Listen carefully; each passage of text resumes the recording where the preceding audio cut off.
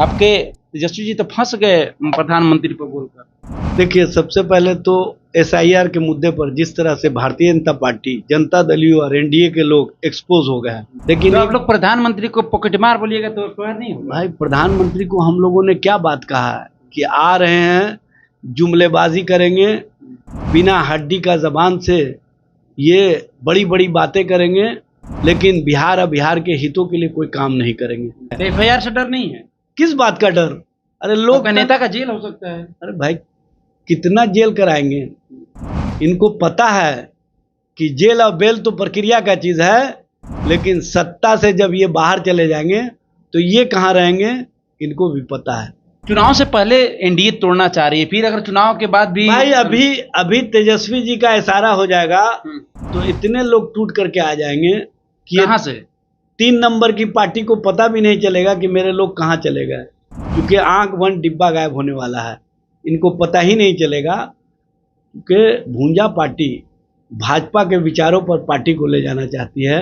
नमस्कार, आप देखना शुरू कर दी है दर्श न्यूज और मैं हूं कुमार मनीष। देखिए, कल प्रधानमंत्री बिहार दौरे पर थे। गया जी में उनका एक कार्यक्रम था जहां से बिहार वासियों के लिए एक बड़ी सौगात दी। साथ ही साथ में लोकसभा में नेता प्रतिपक्ष राहुल गांधी और बिहार विधानसभा में नेता प्रतिपक्ष तेजस्वी यादव पर काफी तंज कसते हुए नजर है। वहीं बिहार विधानसभा में नेता प्रतिपक्ष तेजस्वी यादव ने उन पर एक विवादित बयान दे दिया। उसको लेकर नेता प्रतिपक्ष तेजस्वी यादव पर 2 जगह एफआईआर किया गया है, एक उत्तर प्रदेश में और एक महाराष्ट्र में। हमारे साथ बातचीत करने के लिए राजद के मुख्य प्रवक्ता अय्याज अहमद जी है।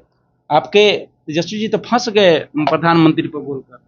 देखिए, सबसे पहले तो एसआईआर के मुद्दे पर जिस तरह से भारतीय जनता पार्टी, जनता दल यू और एनडीए के लोग एक्सपोज हो गए हैं, तो अब एसआईआर के मुद्दे पर बिहार की जनता का आक्रोश, बिहार की जनता का जिस तरह से समर्थन तेजस्वी जी और राहुल गांधी जी के प्रति देखने को मिल रहा है वोटर अधिकार यात्रा में, उससे ये लोग बेचैन हो गए हैं। और बेचैनी और घबराहट में ये लोग अब एसआईआर के मामले पर घिरने के बाद जनता की अदालत में जब जनता के बीच से इनको समर्थन नहीं मिल रहा है और इनको लग रहा है कि हम वोट से हार सकते हैं, तो इन्होंने एफआईआर दर्ज करवाया है और एसआईआर से ध्यान भटकाना चाहते हैं। लेकिन तो आप लोग प्रधानमंत्री को पॉकेटमार बोलिएगा तो स्क्वायर नहीं होगा। भाई, प्रधानमंत्री को हम लोगों ने क्या बात कहा है कि आ रहे हैं, जुमलेबाजी करेंगे, बिना हड्डी का जबान से ये बड़ी बड़ी बातें करेंगे, लेकिन बिहार और बिहार के हितों के लिए कोई काम नहीं करेंगे। और जो बात हम लोगों ने कहा, उस बात को तो 2014 के चुनाव के बाद, जब उस समय के भारतीय जनता पार्टी के राष्ट्रीय अध्यक्ष और केंद्रीय गृह मंत्री अमित शाह से लोगों ने पूछा था कि आपने वादा किया था कि हर के खाते में 15 लाख रुपया देंगे, 2 करोड़ नौकरी और रोजगार देंगे, बिहार को विशेष राज्य का दर्जा देंगे, विशेष पैकेज देंगे, तो आपने क्यों नहीं किया? कहे ये सब जुमला था। जब वो स्वयं स्वीकार करते हैं कि हम लोग जुमला देते हैं और जुमलाबाजी करते हैं, तो उस बातों को रखना क्या जुर्म है? और सबसे बड़ी बात यह है कि आप केस कहाँ करते हैं, एफआईआर कहाँ दर्ज करवाते हैं? महाराष्ट्र के गढ़चिरौली में और उत्तर प्रदेश के शाहजहांपुर में। भाई, आपको बिहार और बिहार के लोग नहीं मिले थे, केस करवा देते न। बिहार का लोग, बिहार की जनता और बिहार के एनडीए के कार्यकर्ता भी इस बात को समझ चुके हैं कि हम लोग वोट चोरी करने वाले लोग हैं और वोट चोरी करके सत्ता में बने हुए हैं। इसीलिए इस तरह की भाषा और इस तरह की बातें जो अनर्गल प्रलाप प्रधानमंत्री ने कल किया, चाहे तेजस्वी जी के संबंध में, चाहे लालू जी के संबंध में या राहुल जी के संबंध में, वैसी भाषा कभी भी कोई भी विपक्ष का नेता नहीं बोलता है। लेकिन भारतीय जनता पार्टी के लोग लोकतंत्र और लोकतांत्रिक प्रक्रिया पर यकीन नहीं रखते हैं, इसीलिए इनको लगता है कि वोट के मामले में हम पिछड़ रहे हैं तो कोर्ट का सहारा ले रहे हैं। लेकिन एक बात समझ लें कि अब बिहार और बिहार की जनता के अदालत में इनका फैसला हो चुका है। अब ये सत्ता में वापस नहीं आने वाले हैं, क्योंकि लोग समझ चुके हैं कि इनका जो नेतृत्व करता है चेता अवस्था में है और ये जो केंद्र के स्तर से बिहार और बिहार की राजनीति को आगे बढ़ाना चाहते हैं। बिहार के लोग इस बात को समझ चुके हैं कि जो सब कुछ गुजरात को देता हो वो बिहार में आकर के लालू और तेजस्वी फोबिया का शिकार हो जाता हो, तो इसका मतलब है कि उनको बिहार और बिहार की जनता से कोई मतलब नहीं है, बिहार के हितों से कोई मतलब नहीं है, बिहार के लोगों से कोई मतलब नहीं है। इनको बिहार में सिर्फ और सिर्फ इस बात से मतलब है कि कैसे हम वोट के अधिकार से लोगों को वंचित करें, और 65 लाख लोगों का नाम कटवाने के बाद भी ये लोग चैन से नहीं बैठे हैं। इन लोगों को लगता है कि अब यहाँ लोगों का वोटर लिस्ट से नाम कटवाना चाहिए। तो ये लोग जो लोकतंत्र और लोकतांत्रिक व्यवस्था पर यकीन नहीं करने वाले लोग हैं, इनसे आप इससे ज्यादा उम्मीद भी नहीं कर सकते। एनडीए तो अभी दो जगह ये अभी 2 जगह FIR दर्ज करवाए हैं, 100 जगह भी FIR दर्ज करवाएंगे तब भी तेजस्वी जी और राष्ट्रीय जनता दल का नेता कार्यकर्ता वो बात कहने से नहीं चूक सकता है कि आपने जुमलाबाजी किया है, आपने भ्रम की राजनीति की है। तो FIR से डर नहीं है? किस बात का डर? अरे लोग नेता का जेल हो सकता है। अरे भाई कितना जेल कराएंगे? इनको पता है कि जेल और बेल तो प्रक्रिया का चीज है, लेकिन सत्ता से जब ये बाहर चले जाएंगे तो ये कहाँ रहेंगे इनको भी पता है। इसीलिए ये नया काला कानून लाना चाह रहे थे इसी कामों के लिए। जिस तरह से तेजस्वी जी को दूसरे जगह में FIR दर्ज करवा करके हरास करने का प्रयास किया है, ये केस इसी के लिए करवाए हैं कि 30 दिनों वाला अगर काला कानून आ जाएगा तो हम उसका दुरुपयोग कर सके। नया बिल का भी डर है आप लोगों को? नहीं, मेरे नहीं, पूरे जितने अलायंस पार्टनर है, भारतीय जनता पार्टी के नेताओं से पूछ लीजिए ना, आप योगी आदित्यनाथ से पूछ लीजिए, नितिन गडकरी से पूछ लीजिए, राजनाथ सिंह से पूछ लीजिए, जो भी इनको चैलेंज करने वाला नेतृत्व करता है, नीतीश जी और चंद्रबाबू नायडू तो इनके मामले में पहले लिस्ट पर है, क्योंकि इनको पता है कि इनको डरा करके ही हम इनसे समर्थन ले सकते हैं।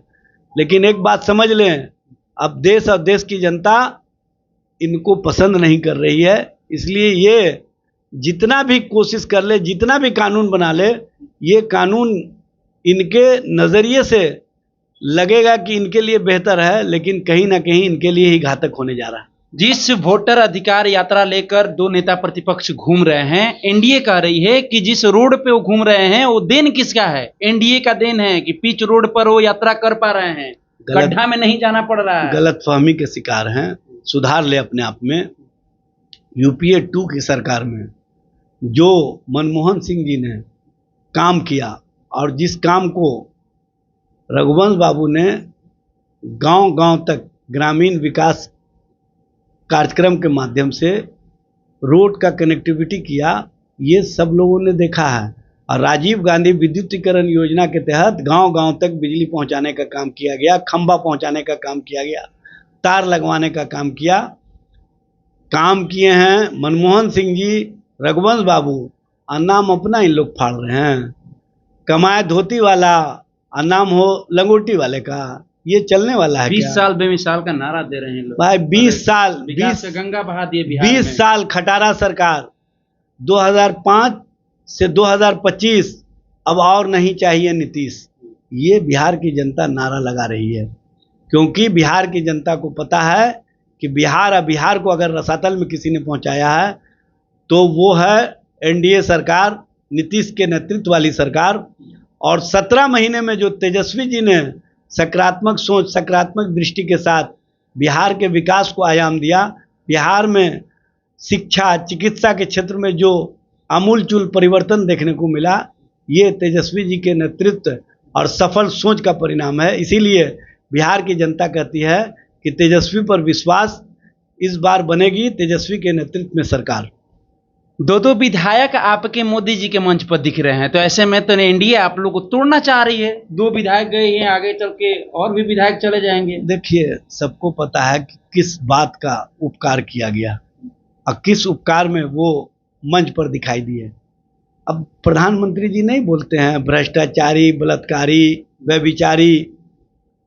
जब इनके वॉशिंग मशीन में चले जाते हैं तो वही कहीं ना कहीं सदाचारी हो जाते हैं, और जब विपक्ष में होते हैं तो वो भ्रष्टाचारी, बलात्कारी होते हैं।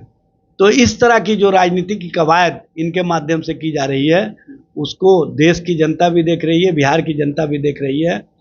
और लोकतंत्र, लोकतांत्रिक प्रक्रिया में कोई भी विधायक बिना दल बदल कानून का पालन का प्रक्रिया के लिए अगर वो दल से बाहर जाता है तो उसका स्वतः सदस्यता समाप्त हो जाता है। ये बात समझ लेना चाहिए, क्योंकि इनके स्पीकर हैं, इसलिए ये दल बदल कानून का दुरुपयोग कर रहे हैं और कहीं ना कहीं इस तरह की राजनीति करके लोकतंत्र लोकतांत्रिक प्रक्रिया को लोकतंत्र के माध्यम से कमज़ोर करना चाहते हैं।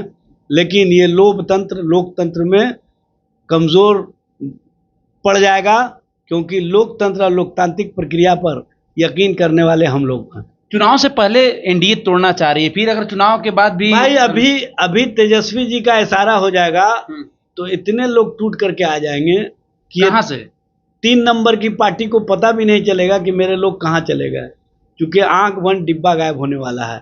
इनको पता ही नहीं चलेगा कि भूंजा पार्टी भाजपा के विचारों पर पार्टी को ले जाना चाहती है और जो समय बिखर जाएगा। चलिए, तो अभी आप सुन रहे थे राजद के मुख्य प्रवक्ता याज अहमद जी कह रहे हैं कि आप टेंशन नहीं लीजिए, धैर्य धरिए। तेजस्वी के एक इशारे पर जो 2020 के तीसरी नंबर की पार्टी थी, उनके कई विधायक आप लोग गिरफ्त में है क्या? देखिए, समय आने दीजिए ना, पता चल जाएगा। चलिए, तो अब समय आने दीजिए, देखना होगा इनके दावे में कितना दम है। जिस तरह से तेजस्वी यादव ने प्रधानमंत्री पर टिप्पणी की, उन पर एफआईआर किया गया, ऐसे में क्या कुछ कहते हुए नजर आए राजद के मुख्य प्रवक्ता याज अहमद, आपको सुनवाने का मैंने काम किया। फिलहाल इस खबर में इतना ही, छोड़ जाते हैं, दीजिए हमें इजाजत, धन्यवाद।